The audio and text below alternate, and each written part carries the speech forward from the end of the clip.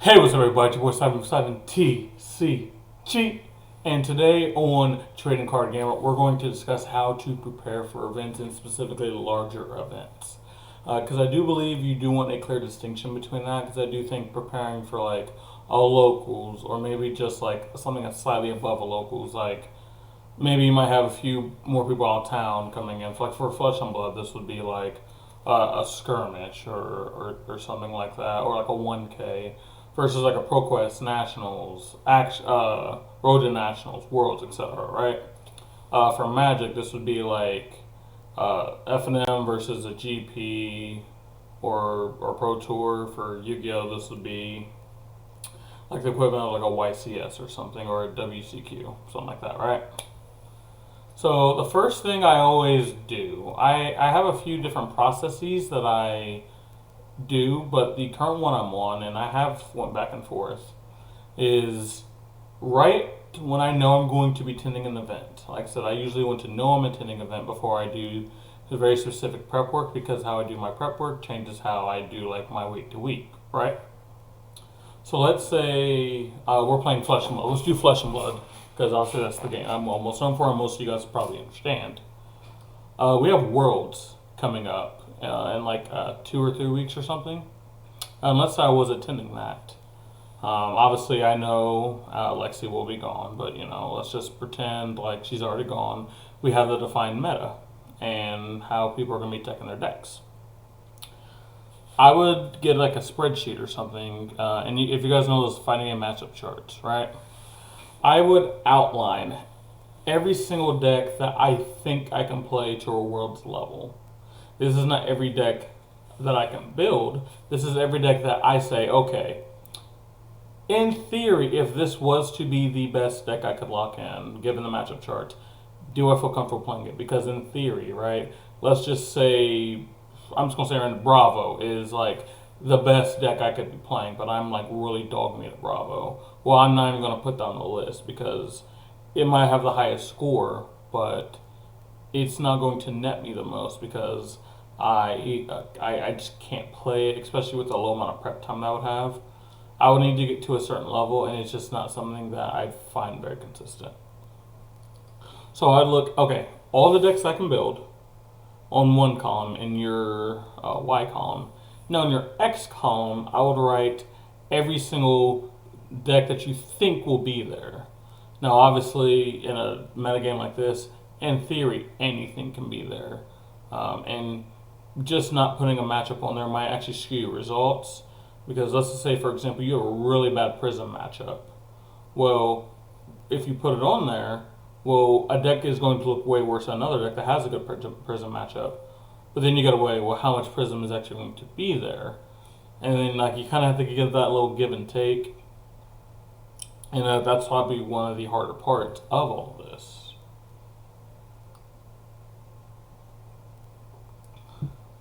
Yeah, I would curate what do I think is going to be there and what decks do I think I can pilot. And then I would go every single matchup. So let's say the first deck that I'm going to put on the list is Azalea in my Y column, like a deck that I think I can play at a world's level. And then I'm going to be like, okay, Azalea versus Azalea. I'm going to do like my Rangers.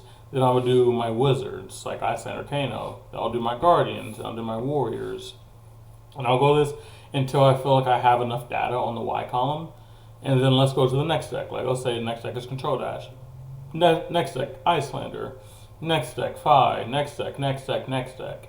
And then I'm going to put all these numbers in there. And then I'm going to get the averages, like what on average has the best matchup across the board. And that's probably the deck I'm going to be taking.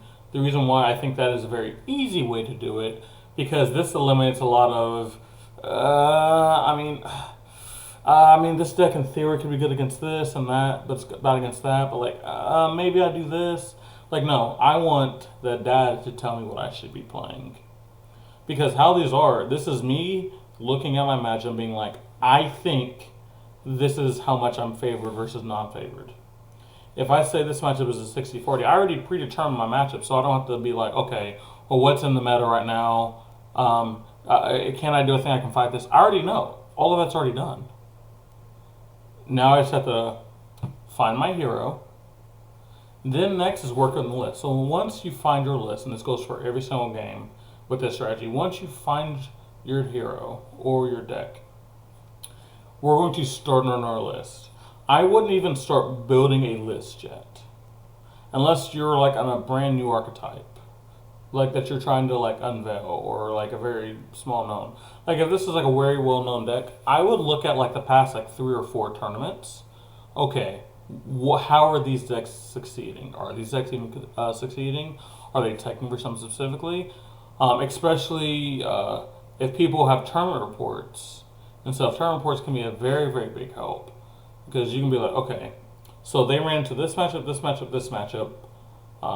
But I actually think that those matchups aren't very common to see. I think they actually got very fortunate. Let's look at another tournament report. Okay, this is what I expect to see. This person actually did a little bit worse. And you can kind of like start curating your data like that. Just really trying to find out what the most probable meta is going to be. If I think there's going to be a lot of Bravo Fi and Icelander, I want to see, okay, look at these turn reports. How many people are fighting these decks and how are they doing? Again, this is all before I even touch a deck list. Now, once I've been like, okay, I see the success that people are having with these kind of lists. I understand now. Now we'll get into the list. So the way I always build, specifically Flesh and Blood list, I'm like, okay, what is the goal of my deck for this event? For example, if I'm playing Azalea, my goal, if I was attending Worlds, would be to stop Dromai. Now, that it doesn't even have to be that specific. You could be like, my goal is to fatigue most of my matchups. My goal is to play this 2-card combo. My goal is to draw out the game until I do blah blah blah. Like anything, right?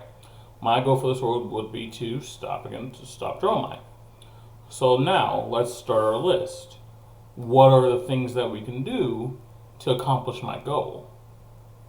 So obviously we would start with like the arrows. Obviously things like Sleep Dart, things like Retinal Ledger, things like Bolt and Shot, things like Ravenous Rabble, Pauper lineup. Are any buffs like are really, really good against Dromai?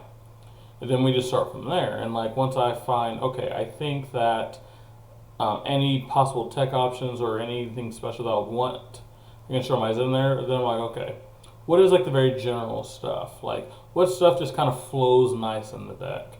And then we start to add that. Then we go like, okay, let's look at the metagame. Do I think I'm prepared for this? Like what do I want to prepare for? Like for example, I think there might be a lot of Bravos. So I might be like, okay, can I add or hedge any slots against Bravo? Like what can I do? Can I do anything? Is it even necessary? And I'll start going down the list. Once I finally have my list that I would like, then we go to the testing phase. Now mind you, look how much stuff we did before we even started testing. And this is not like, oh, this is not stuff that just happens in a day. Like this is stuff that you truly do have to think about. This is a lot of stuff that you have to go through, in my opinion, if you really want success at these larger events. Now, once I start the testing phase, I need to understand what my goal is in testing. The big thing I always tell people is your goal should not be win the games. If you go into your testing going like, oh, man, hopefully I come up with like a 90% win ratio, you're way off, bud. You're way off. Now, this might sound extreme, but I actually kind of hope I don't do well at the start. Humans at the start. Why? Why do I not want to do well at the start when I'm preparing for a large event? This means I have to think more. Because I think one of the worst things that you can do is go into an event and just be like, yep, I know exactly what's going to happen. You go to an event, things are unexpected, and you end up getting hosed. But at the start of the testing phase, I found out, okay, something that I thought would work isn't working. Now let's look at the data. Why isn't it working? Am I misplaying? Is there a deck building constraint? Is it matchup dependent? Do I think he just got lucky? Why? I want to shore up these things before going back to testing. Now I'm going to go back to testing. I'm going to try out these new ideas. Now, if everything is now good, things are starting to improve, Now I kind of do want that win rate to kind of be high. Now I want like a 70 to 90% win ratio, where it makes sense. Now, obviously, you're not going to get that across the board again. Let's take the Azalea thing. I wouldn't expect to have a 90% win ratio against like Assassin. Like, I would like to have games like one against Assassin, and especially if I'm in the Plaza versus Assassin, that is absolutely amazing. But this is not something I should just expect out of the gate. This is not something I should even expect after changes unless I'm hedging against something like that. Alright? Hopefully all this is making sense. So, we figured out our hero. We figured out our goal. We've now figured out our deck list. We've started to do the testing phase. Now, one thing that you're going to want to do during the testing phase, because the testing phase is now going to take up the large majority of the rest of your time before. Now, if you're on a bigger scale event, one thing that I actually recommend, even though this seems very small, and this has nothing to actually do with the game, is plan how your day is going to go. Especially if this is a multi-day event. For example, let's say we're going to Worlds, we're in Barcelona. I want to know, okay, what is the layout of the event? How many days is it? How many rounds is it? Because the reason why I start here is because of two things. Number one, I actually do think you can take more risks in a smaller tournament. If your deck is a little bit more higher variance, then you can actually go back to the testing and be like, okay, I can actually try to spike something here. Versus if this is a larger event, especially if it's a 2 event, okay, I'm going to want to make sure my deck is a little bit more consistent and is able to always do the thing. Even if it spikes a little bit less, I want to make sure I'm able to do the thing. And also, so you know, like how much fatigue is going to be in there. And I'm talking about physical fatigue, right? Next would be, okay, what are my surrounding areas? Where am I staying? Now, most people would say, well, that should be one of the first things you do. And I do think I would agree, but more oftentimes than not, especially if it's multiple people going, these responsibilities can kind of be divvied out. And again, you're doing this while you're doing another phase. It's not like you're done with everything else and now you're only doing this. Now, if it's an area that you've been before, things get a little bit easier, obviously. But if this is a very new area to you, you do want to make sure you understand the area, understand what's going on. Like, okay, am I going to want to get something to eat before, get something to eat after? Where am I going to eat? How much money is going to be this trip? Those are the kind of things that I start to think about now. But obviously, I think that stuff like this can be obviously done before. Because if you find, well, this is probably not going to be a very good event for me when it comes to the extracurriculars, like it's either too long an event for you, the days that it is, not a lot of places to eat, like, and something like that doesn't appeal to your liking. That's when you can obviously like change and like you might just maybe not go to an event or you might alter something. But we're talking about for just like pure competitiveness. I think about some of this stuff last, right? But generally, these are the steps that I've taken. Now, obviously, the very last step is, showing up. Obviously, showing up to an event is, probably the most important part, because if you're just doing all this stuff and then you're not going to nothing, then what are you kind of doing it for? But once you actually show up to your event, you apply everything that you've learned in training, and then you just do your best there. Obviously, if you go into an event and walk away from an event saying that I am the most prepped that I can be, I think I know all my outs, and I did my best, well, there you go. You have nothing else to leave behind. You can just go and play your game.